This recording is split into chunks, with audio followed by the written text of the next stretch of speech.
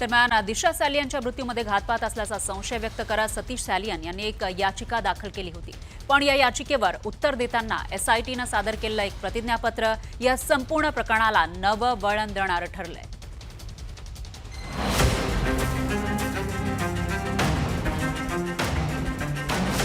– 2020 सालच्या दिशा सालियन मृत्यू प्रकरणात एक नवा ट्विस्ट आलाय। दिशा सालियन मृत्यू प्रकरणात घातपात नसल्याचं आता पोलिसांनी स्पष्ट केलंय।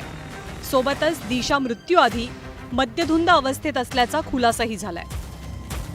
आणि सगळ्यात महत्त्वाची बाब म्हणजे वैद्यकीय अहवालानुसार दिशाच्या शरीरावरती लैंगिक अत्याचाराच्या खुणा नसल्याचं अहवालातनं समोर आलंय। सतीश सालियन यांनी काही महिन्यांपूर्वी आपल्या मुलीच्या मृत्यूमागे षडयंत्र असल्याचा दावा करत नव्यानं याचिका दाखल केली होती। याच याचिकेसंदर्भात एसआयटीनं सादर केलेल्या प्रतिज्ञापत्रातनं दिशाच्या मृत्यूमागे कोणताही कट नसल्याचं स्पष्ट करण्यात आलंय। त्यामुळे दिशा प्रकरणावरनं आदित्य ठाकरेंवर खोटे नाटे आरोप करणाऱ्यांनी आता माफी मागावी अशी मागणी शिवसेनेनं केली आहे। मला वाटतं आपण जो प्रश्न विचारलेला आहे, आपल्याला माहिती आहे की गेले 5 वर्ष अनेक लोक बदनामीचा प्रयत्न करत होते, ठराविक लोक। तेव्हाही त्याच्यावर काही बोललो नाही आणि आजही मला बोलायचं नाही आहे, कारण ज्या विषयाची दूर संबंध आणि ज्या विषयाची मला माहितीही नाही आहे त्याच्यावर बोलून काही उपयोग नाही। सत्य समोर येत आहे आपल्याच माध्यमातून। आता काय करणार? सगळ्यात आधी देवेंद्र फडणवीस यांनी माफी मागायला पाहिजे। त्यानंतर तो कोणते नारायण राणेंचा एक मुलगा आहे बघा, मंत्री एवढा आहे बघा, तो काहीतरी बडबडत असतो नेपाळ्यासारखा, त्याने माफी मागायला पाहिजे। त्याने नाक घासून माफी मागायला पाहिजे। ज्या कोणी आरोप केले आणि बदनामी केली, प्रत्येकानं नैतिकतेच्या मुद्द्यावर माफी मागणं गरजेचं आहे। दिशा सालियन मृत्यू प्रकरणी मुंबई उच्च न्यायालयामध्ये एसआयटीचे अधिकारी शैलेंद्र नगरकरांनी प्रतिज्ञापत्र सादर केलं। या प्रतिज्ञापत्रात दिशाच्या मृत्यूत घातपात नाही, दिशा मृत्यूपूर्वी मद्यधुंद अवस्थेत होती, वैद्यकीय अहवालानुसार लैंगिक अत्याचाराच्या कोणत्याही खुणा नाहीत, हे प्रमुख मुद्दे नमूद केले गेलेत। सोबतच तपास सुरू असला तरी सतीश सालियन यांच्या आरोपांमध्ये तथ्य नसल्याचा दावाही प्रतिज्ञापत्रातनं करण्यात आलाय। या प्रतिज्ञापत्रानंतर अनेक नेते आदित्य ठाकरेंची पाठराखण करताना पाहायला मिळाले, ज्यात अमोल मिटकरींसारखे सत्ताधारी नेते सुद्धा होते।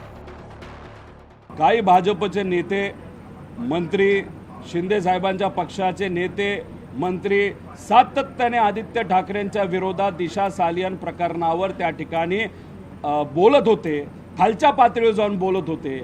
आता त्यांच्याकडे 2 संधी आहेत। एक, आदित्य ठाकरेजी तुम्ही माफी मागावी की तुम्ही चुकीची माहिती देत होता लोकांना, लोकांची सुद्धा माफी त्या ठिकाणी मागावी, नाहीतर मग सरकारने यांच्यावर कुठेतरी कारवाई करावी की हे गेले अनेक वर्ष इलेक्शनसाठी तिथं खोटं बोलत होते। आदित्य ठाकरे प्रकरणामध्ये ठाकरे परिवाराला जे बदनाम करण्याचं काम भाजपने केलं होतं ते कसं खोटं होतं, राजीव गांधीला जे खोटे आरोप केले होते कसं खोटं होतं, हे आता त्याच्यातच स्पष्ट झालेलं आहे।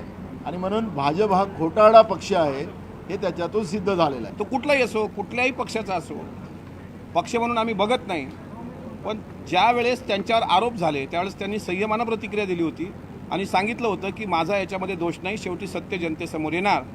आता क्लीन चिट हा शब्द जो तुम्ही काढला, असं असतं की ते सरकारमधले आमच्या मंत्री आहेत आणि मग एसआयटीने क्लीन चिट, मग एसआयटीने सांगितलं यात काही तथ्य नाही, मग ते क्लीन चिट असा शब्द आपण ग्राह्य धरला असता। पण या प्रकरणावरून एकच लक्षात येतं, सत्य परेशान हो सकता है लेकिन पराजित नहीं हो सकता। दिशा सालियन प्रकरणातल्या प्रतिज्ञापत्रावरनं सत्ताधारी शिवसेना आणि भाजपच्या प्रमुख नेत्यांनी मात्र अतिशय सावध पवित्रा घेतला। मी एवढंच सांगेन की पिक्चर अभी बाकी आहे, पूर्ण पिक्चर अजून संपलेला नाही।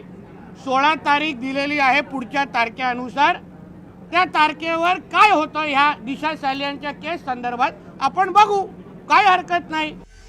दिशा सालियन मृत्यू प्रकरणावरनं आजवर अनेकदा आदित्य ठाकरेंच्या कोंडीचा प्रयत्न त्यांच्या विरोधकांनी केलाय, पण एसआयटीच्या या ताज्या अहवालामुळे या प्रकरणावरनं आदित्य यांच्या विरोधकांना एक प्रकारे घरचा अहेर मिळालाय।